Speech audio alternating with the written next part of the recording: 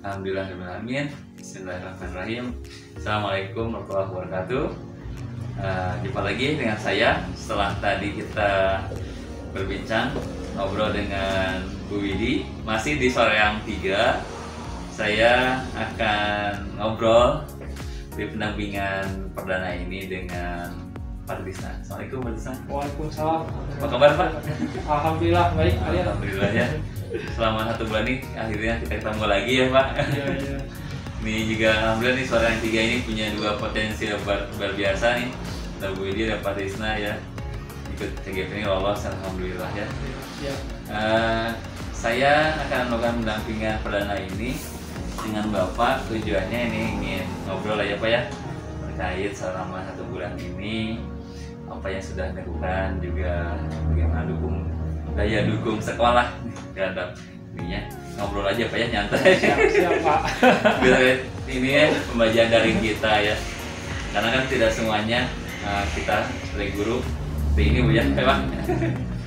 Ya saja Pak ya, ada 3 sesi kurang lebih, tapi mudah-mudahan tidak kerasa sesinya. Ya, proses apa Pak ya? Ya mulai ya, proses apa yang sudah berjalan selama 1 bulan ini Pak? Ya, selama 1 bulan ini proses yang sudah berjalan ya alhamdulillah kayak saya mendapatkan begitu banyak hal, ilmu baru, dan tentunya yang pertama dalam 1 bulan ini ketika mengikuti CGP ini di luar ekspektasi saya gitu ya. Seperti itu, yang tadi awalnya saya berpikir CGP mungkin sama seperti diklat-diklat yang lainnya ya, yang notabene ikut diklat beres gitu. Nah ternyata dengan ikut CGP ini ternyata banyak hal-hal baru yang di luar dugaan saya. Ternyata ini bukan sebatas hanya pelatihan, bukan sebatas hanya pengembangan teknis gitu kan. Jadi bagaimana mengembangkan pembelajaran, mengembangkan diri, menggerakkan orang lain, nah seperti itu kan. Nah inilah yang di luar dari apa yang tadi gitu kan, tadi saya pikirkan sebelumnya, seperti itu. Pencapaian apa yang diperoleh selama 1 bulan ini Pak, dari apa ya? Ya, dalam 1 bulan ini ketika mengikuti CGP ini capaian yang saya dapatkan selama 1 bulan yaitu saya belajar mengenai pemikiran filosofi pendidikan Ki Hajar Dewantara, dan yang kedua yaitu nilai dan peran guru penggerak. Nah, mungkin ini juga jadi sebuah hal yang baru bagi saya, dan mudah-mudahan ini juga terus ditingkatkan, digemborkan mengenai konsep filosofi pemikiran pendidikan Ki Hajar Dewantara gitu ya. Karena beliau merupakan Bapak Indonesia, Bapak Pendidikan Indonesia, seperti itu, yang mana mudah-mudahan hal ini tentunya harus kita jaga, harus kita rawat pemikirannya, karena tentunya pemikiran beliau sudah teruji lah sesuai dengan kebudayaan negara kita, negara Indonesia, seperti itu. Dan terkait 1 bulan ini bagaimana hubungan dari ekosistem sekolah Pak ya, baik kepala sekolah, guru-guru yang lain, orang tua, peserta dan lain sebagainya Pak? Ya, alhamdulillah dukungan ekosistem dari sekolah sangat mendukung ya Pak. Dimulai dari izin dari kepala sekolah, juga beliau memberikan izin kepada kami dengan mudah, bahkan mendukung sampai kegiatan pembukaan sampai sekarang proses CGP ini. Alhamdulillah dari pihak sekolah mendukung, dari kepala sekolah mendukung, terus dari orang tua maupun dari siswa. Dengan saya juga memberitahu kepada mereka bahwa saya itu guru penggerak, yang mana nantinya juga ilmu dari itu bisa saya share di kelas seperti itu kepada orang tua. Alhamdulillah semua pihak itu mendukung Pak. Apa ngajar kelas apa? Kalau saya ngajar kelas 5. Nah, lanjut ke ini Pak, kita akan bicara tentang tantangan belajar daring Pak ya. Apa apakah pembelajaran daring melalui SMS, LMS yang Bapak lakukan sudah berjalan lancar? Untuk sejauh ini, untuk pembelajaran daring berjalan lancar. Oke, untuk sejauh ini berjalan lancar.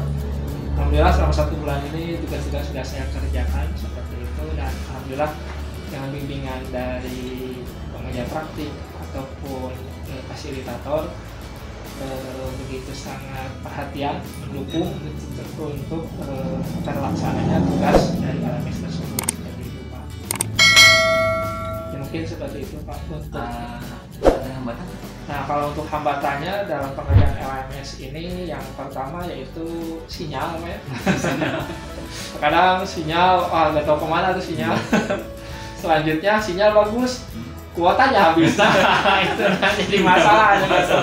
Sinyal bagus, kuota habis, itu bingung. Terus selanjutnya ketiga juga dari sistem LMS tersebut. Sempat beberapa minggu ke belakang lah sempat down itu sistem, sempat down hingga sulit diakses seperti itu. Selanjutnya hambatan dari pengerjaan LMS ini terkejar deadline lah gitu lah. Jadi serasa-rasa punya hutang tugas lah gitu, tiap hari selalu gitu seperti itu. Apalagi kalau lagi down kan itu LMS ya, harus selesai hari itu, tapi sedang down kan itu juga jadi kendala seperti itu untuk hambatannya. Dari hambatan itu Pak, solusi apa yang Bapak lakukan? Nah untuk solusi yang saya lakukan yang pertama ya berarti harus cari sinyal yang bagus, ya, tempat yang bagus. Yang kedua yaitu saya juga karena kalau kuota saya habis, saya juga pinjam HP ya, HP istri, ada HP saudara lah gitu lah. Terus tapi sekarang alhamdulillah lah di SD Soreang 3 sekarang sedang dipasang wifi. Nah mudah-mudahan ini juga jadi fasilitas untuk melaksanakan pembelajaran secara daring ya. Seperti itu. Rencana ke depan Pak untuk mengaktifasi tadi pembelajaran daring ini selain dari wifi, ya udah sekolah sudah ke saudara, ada apa lagi Pak? Ya paling untuk hal yang lainnya yang perlu saya siapkan itu mungkin saya juga harus mencari jadwal dari LMS. Jadi tatkala manakala ada hal-hal yang memang harus dilakukan secara daring yaitu melalui Google Meet gitu ya. Berarti hal itu memang harus disiapkan selebihnya terlebih dahulu, baik itu tempat atau kuota seperti itu memang harus disiapkan terlebih dahulu seperti itu. Mungkin seperti itu Pak untuk pembelajaran seperti di LMS Pak. Dari LMS itu ya Pak, apa ya yang ingin Bapak ketahui lebih lanjut ke depannya Pak dari LMS? Nah dari pembelajaran LMS ya mungkin saya juga sudah tidak sabar ya Pak ya, karena di Lokakarya 0 itu kan sudah dijelaskan bahwa nanti kita juga selain belajar filosofi, belajar nilai, terus coaching gitu kan, dan mengolah rasa. Nah saya juga ingin buru-buru Pak lah istilahnya ke hal-hal yang itu tuh. Kadang dalam mengolah rasa, nah guru ini juga memang perlu dibina lah gitu Pak. Khususnya untuk diri saya gitu. Kadang kita juga melihat murid sudah diajar gini-gini, mereka nggak bisa, kadang sudah stres.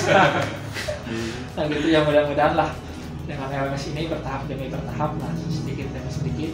Mudah-mudahan saya juga sehat, mudah-mudahan sistemnya juga berjalan lancar, semua fasilitas mendukung juga memadai seperti itu. Alhamdulillah. Kita lanjut ke sesi berikutnya Pak, tentang refleksi perubahan kelas kita sesuai dengan kita kejar Dewantara ya. Jadi kita akan bicara tentang harapan dan kekhawatiran. Selama ini kita akan bicara ngobrol apa kekhawatiran Bapak sebelum, kemudian sedang, dan setelahnya Pak pembelajaran daring ini Pak di PGP. Dari CGP ini. Nah ya yang sebelum kekhawatiran lah, tadi kan kekhawatiran sebelum saya belajar CGP ini, kekhawatirannya pelatihan ini hanya sebatas pelatihan saja kayak yang seperti sebelum-sebelumnya lah, tanpa ada tindak lanjut hal apapun seperti itu. Tapi setelah sekarang dengan proses yang berjalan, ternyata ini hal luar biasa lah, sehingga saya juga bisa dikatakan ya bersyukur, alhamdulillah beruntung gitu ya, bisa lolos dari seleksi yang begitu sangat ketat dan melelahkan, harus mengisi esai berbagai berapa ribu kata. Bahkan sampai sekarang ya itu alhamdulillah lah, itu menjadi sebuah hal yang memang hal baru yang didapatkan seperti itu. Dan untuk kedepannya ya mudah-mudahan kedepannya dari CGP ini baik itu kolaborasi dengan teman-teman yang lain, baik itu dari yang berbeda SD ataupun nanti berbeda kabupaten. Nah ini memang bisa terus ditingkatkan gitu Pak, terus terjaga lah komunikasinya, mudah-mudahan yang mana nantinya bisa melahirkan model-model ataupun proses-proses pembelajaran yang baru seperti itu. Harapan Pak dari Piolopa itu apakah sudah terwujud? Untuk proses CGP itu Ya, dari yang tadi kan. dari CGP ya alhamdulillah selama saya mengikuti CGP sekarang sudah ada hal yang terjun ya Pak ya. Terkadang ketika waktu saya mengajar gitu Pak ya, terkadang ketika saya mengajar mendidik anak-anak, terkadang saya suka ada memberikan praktik kepada anak-anak. Contohnya misalkan anak-anak disuruh di rumah membuat makanan, terus membuat makanan dari rumah, mereka jual sendiri. Terkadang ketika belum ada CGP ini itu suatu hal yang aneh lah gitu lah, karena ngapain belajar, kan biasanya belajar di kelas gitu. Tapi dengan setelah belajar dari CGP mengenai filosofi, ternyata hal itu memang sesuai ternyata dengan teori khususnya dengan teori Gajar Padewantara tersebut. Jadi bagaimana mengetahui kuadrat anaknya ya, sesuai dengan alamnya masing-masing ya. Iya. Alhamdulillah ya. Jadi sudah dilakukan dan sudah punya legalisasi ya, gitu Iya. apa yang dilakukan ya. Yang penting sekali sih ya buat kawan-kawan semuanya, kita ngajar itu harus ada basic filosofinya ya. Iya. Ya. Nah, untuk setelah 1 bulan ini Pak, ke depan pembelajaran yang harapannya apa Pak? Nah, ke depan pembelajaran untuk CGP ini ya diharapkan untuk pembelajaran CGP ini ya diharapkannya lebih enak untuk tatap muka ya Pak ya. Oh, iya. Gitu kan harapannya lebih enak untuk tatap muka. Tapi berhubung mungkin kita sedang diuji lah, negara kita sedang diuji dengan keadaan pandemi ini, kita semua mengadaptasi kebiasaan baru, belajar dengan daring seperti ini gitu. Tapi mudah-mudahan lah dengan hal seperti ini tidak mengurangi nilai-nilai dari kegiatan CGP ini seperti itu Pak. Nah, kemudian ya, di bulan Juli bisa walaupun tidak full luring tapi ada blended ya, mudah-mudahan seperti itu. Ya, kita akan ngobrol tentang dukungan sekolah Pak, dukungan sekolah terkait dari kepala sekolah ya, terkait pemikiran Gajar Dewantara yang diterapkan oleh Bapak gimana? Ya alhamdulillah selama ini untuk dukungan dari sekolah sangat mendukung gitu ya. Alhamdulillah dari rekan-rekan, dari kepala sekolah, bahkan rekan-rekan pun, khususnya saya berrekan dengan Bu Widi kan, saya juga jadi mulai berkolaborasi dengan Bu Widi, merancang, membuat rencana tindak lanjut, hal apa nih yang harus kita lakukan yang nantinya bisa di-share lah, ditransfer ke guru-guru yang lainnya, yang mana mudah-mudahan bisa sama-sama bergerak kan seperti itu. Nah itu Pak mungkin dukungan dari guru-guru, dan guru-guru juga menunggu gitu kan, menunggu hal-hal baru, ilmu-ilmu baru mungkin dari kami ketika mengikuti CGP ini seperti itu. Alhamdulillah ya. Jadi emang kuncinya kolaborasi ini yang penting sekali ya. Iya. Dan kita tentang implementasi perubahan di ruangan kelas sesuai dengan Gajar Dewantara berdasarkan filosofi berikut, apa perubahan yang Bapak rasakan ya, yang telah dilakukan, yang selaras di kelas itu, yang selaras dengan pikiran Gajar Dewantara? Ya, implementasi pembelajaran saya lakukan di kelas, khususnya selama daring ya, selama ini dengan siswa. Pertama awalnya saya itu mengajar ke anak menyamaratakan Pak.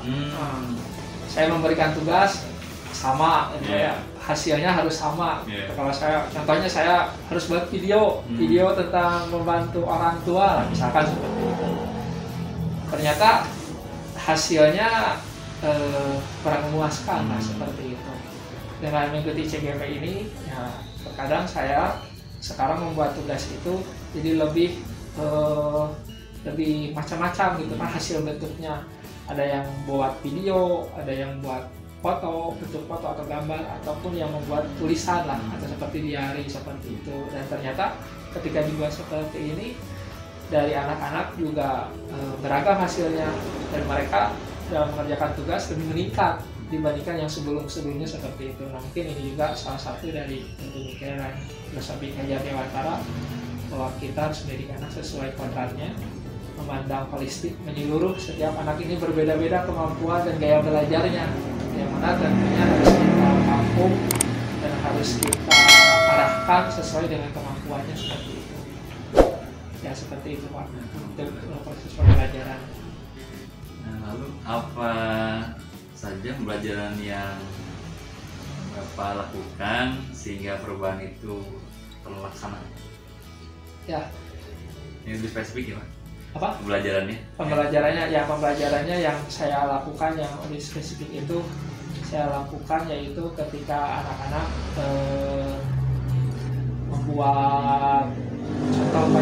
membuat makanan seperti itu. Nah, anak-anak disuruh membuat makanan sehat. Anak-anak dibuat makanan sehat. Nah, di situ ada yang membuat video tutorialnya. Gitu, Pak. Ada yang membuat video tutorial bagaimana caranya mereka memasak makanan sehat. Nah, buat tutorial seperti itu. Bahkan ada juga yang menuliskan secara tulisan langkah-langkahnya dari A sampai Z gitu, seperti itu. Nah, mungkin dengan hal itu, dengan belajar sesuai dengan gayanya masing-masing dari siswa tersebut, ternyata hal itu juga meningkat Pak ya, mengenai proses pembelajaran, hasil dari belajar tersebut. Responnya, prestasinya meningkat dulu ya? Iya. Dari hasil belajar gitu ya, alhamdulillah. Lalu kalau tadi responnya, selain dari respon prestasi hasil belajarnya, respon anaknya Pak dari respon langsung gitu ya respon anak juga lebih bersemangat Pak. Karena waktu awal ketika saya memberikan tugas bahwa hasilnya itu harus bentuk video. Terkadang ada orang tua yang bilang ke saya, aduh Pak, anak saya malu-malu gak mau di video, gak mau buat video ini. Nah terkadang dengan adanya seperti ini, ternyata difasilitasi dengan hasil yang lain, akhirnya dia mengerjakan seperti ini. Sehingga si anak pun juga tidak merasa keberatan, tidak merasa terpaksa lah dirinya gitu, seperti itu. Dan dia juga mengerjakan dengan senang gitu. Ada yang berbentuk gambar ataupun hari, ya seperti itu. Diferensiasi pembelajaran itu jadi menyenangkan juga Pak. Iya. Kalau respon Bapak sendiri menanggapi perubahan itu gimana? Nah untuk respon saya juga bersyukur, alhamdulillah Pak ya, mengenai perkembangan kemajuan hasil yang dilakukan oleh anak didik saya khususnya. Yang tadinya terkadang saya juga sempat bingung harus bagaimana lagi nih, anak-anak belajar daring sudah bosan sudah bosan mereka sudah bilang Pak kapan masuk, kapan yang belajar di kelas kan seperti itu. Tapi dengan gaya pembelajaran yang berbeda seperti ini, ya sedikit anak mulai bangkit kembali lah rasa semangat belajarnya seperti itu.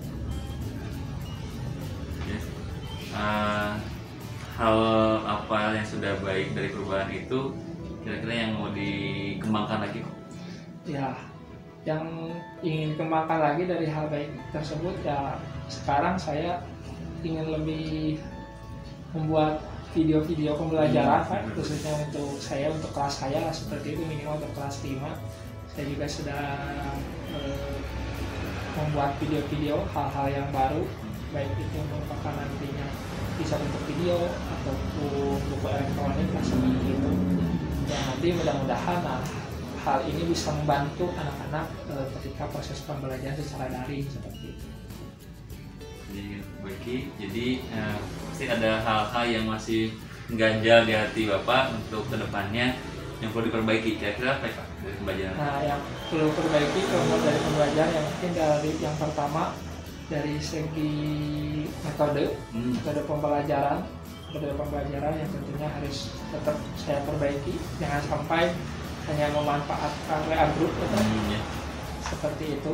Terus yang kedua mungkin saya juga kolaborasi dengan orang tua. Nah itu tuh tentunya selama pembelajaran daring ini memang harus ditingkatkan kerjasama guru khususnya pendidik dengan orang tua, karena secara daring ini banyak orang tua yang kebingungan terkadang ketika membimbing anak-anaknya. Nah seperti itu. Nah mudah-mudahan dengan kolaborasi dengan guru, kerjasama tetap terjalin dengan pendidik, orang tua dan guru, bisa membimbing anak dengan baik juga seperti itu. kolaborasi kuncinya ya. Iya. Kita akan lanjut ke tindak lanjut setelah pendampingan ini. Kebaikannya, apa Pak rencana tindak lanjut Bapak setelah terkait perubahan praktik pembelajaran di kelas sesuai dengan pemikiran Kejar Dewantara? Ya, dalam pemikiran Kejar Dewantara saya membuat kata kunci ya Pak, yaitu kata kuncinya sukanya dari Bapak nih. hati ya Pak, hati, ya. Gitu kan. Apa itu hati Pak ini? Hati, nah H-nya itu holistik. Holistik. Nah, jadi holistik ini berpikir menyeluruh seperti itu. Jadi kita memandang setiap anak itu secara menyeluruh, jangan hanya terpusat pada satu. Kadang kalau kita menyamakan anak seperti si A, sama semua kayak si A, padahal kan anak berbeda-beda. Nah, jadi otomatis kita harus memandang anak secara holistik, menyeluruh, memandang kesemuanya sesuai dengan kemampuannya masing-masing seperti itu. Itu hal holistik. Yang kedua yaitu asik. Nah, guru juga harus asik dalam melakukan pembimbingan kepada anak, asik dalam anak seperti itu, sehingga anak itu merasa gurunya itu guru yang diharapkan lah seperti itu ya. Terkadang kan ada juga yang murid udah masuk kelas, aduh ketemu bapak ini gimana? diharapkan ya. Nah, gitu. Bukan guru yang diharapkan, aduh bilang ya. Apalagi tadi selanjutnya T. Nah, T ini teladan lah. Nah, diharapkan guru bisa jadi teladan, yang mana nantinya guru ini harus menjadi role model bagi anak. Karena jika kita lihat pada saat ini kan anak-anak kebingungan lah, saya lihat bahkan mereka cenderung salah dalam meneladani lah, seperti itu saya katakan, mungkin seperti itu. Kadang kan banyak anak-anak yang menyukai artis Korea seperti itu ya, mereka hal-hal yang gitu, yang mana itu notabene tidak cocok, tidak sesuai dengan nilai atau kebudayaan dari bangsa Indonesia itu sendiri seperti itu. Terus yang terakhir yaitu hati, I-nya itu inovatif. Nah, jadi guru juga harus inovatif, terus bisa menyesuaikan dengan tuntunan zaman gitu Pak, seperti ini. Apalagi sekarang dengan abad 21, era revolusi industri, era digital lah seperti itu. Nah, berarti guru juga harus inovatif, harus melakukan perubahan pembelajaran yang baik, yang mengarah dengan sesuai dengan zaman, dan tentunya hal ini juga harus selaras dengan kebudayaan Indonesia itu sendiri, negara kita seperti itu. Jadi bisa dikembangkan jadi buku loh Pak. Mudah-mudahan nanti kedepannya ya. Kita nih, impian saya nih di CGV ini kita punya setiap satu, karena saya tukang nulis Bu, ya. Satu CGV satu buku, minimal kita satu sekolah satu bukunya itu ya, kolaborasinya. Atau kan kita ada 2 wilayah ya, Soreang Cangkuang, minimal Soreang satu buku, Cangkuang satu buku. Mudah dari semua kalau dikumpulkan tuh luar biasa Pak, inspirasinya banyak sekali ya, insya Allah. Lanjut kita ke proses terakhir Pak. Saya lagi nih. Alhamdulillah. Saya di proses terakhir ini kita pendampingan itu kita berkaitan dengan refleksi gitu ya Pak. Refleksi terkait ini pendampingan kita ini yang kita ngobrolkan ini, apa yang hal yang menarik dari obrolan kita yang setelah ini yang membuat Bapak menarik itu apa? Ya, yang menarik dari obrolan ini ya, ini juga menjadi sebuah yang menariknya. Yang pertama buat saya Pak, refleksi dari sekarang, yang pertama saya harus membuat perencanaan terlebih dahulu ya, membuat perencanaan terlebih dahulu, karena kan saya juga waktu pertemuan pertama untuk pendamping kan saya nggak ikut ya Pak, saya kan saya nggak ikut, jadi saya nggak tahu nih sekarang mau apa. Nah, mungkin yang pertama itu harus buat perencanaan ya, buat tindakan yang jadi evaluasi atau jawaban pertimbangan dari tindakan yang saya lakukan, dampak baik atau buruknya seperti itu Pak. Itu refleksi untuk pendampingan seperti saat ini seperti itu Pak. Saya juga memang kurang persiapan nih.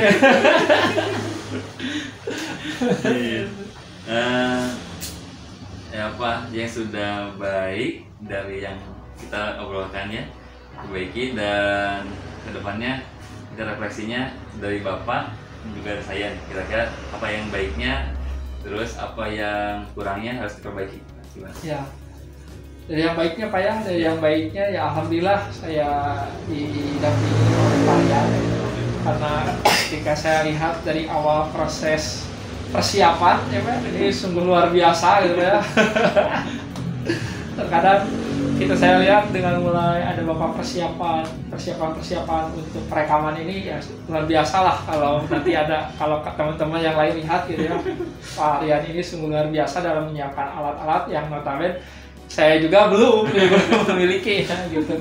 Nah ini juga jadi pelajaran lah, jadi inspirasi buat saya ternyata memang untuk proses untuk pendidikan ini atau untuk proses mendidik ini ya harus persiapan, memang harus disiapkan secara matang, harus betul-betul, karena dengan persiapan yang baik mudah-mudahan bisa melakukan tindakan yang baik dan hasil yang baik juga seperti itu.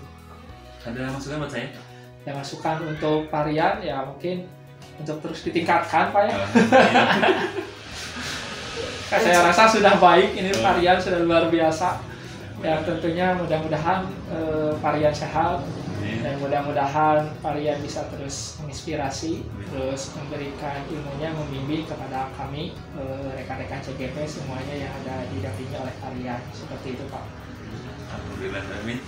Selesai kita ya, rekan-rekan semuanya yang menyimak, terima kasih. Mudah-mudahan kita menarik sekali nih. Saya salah satu sukanya dari Pak Tisna ini ada singkatan-singkatan itu ya. Refleksinya berupa ini inovasi juga nih. Jadi guru harus berinovasi, tadi dari hati itu ya, di I-nya inovasi. Jadi kita senantiasa berinovasi karena guru penggerak itu salah satunya tidak bisa menggerakkan orang lain tanpa kita punya kelebihan kita, salah satunya yaitu inovasi. Terima kasih atas perhatiannya, semoga manfaat obrolan kita. Assalamualaikum warahmatullahi wabarakatuh.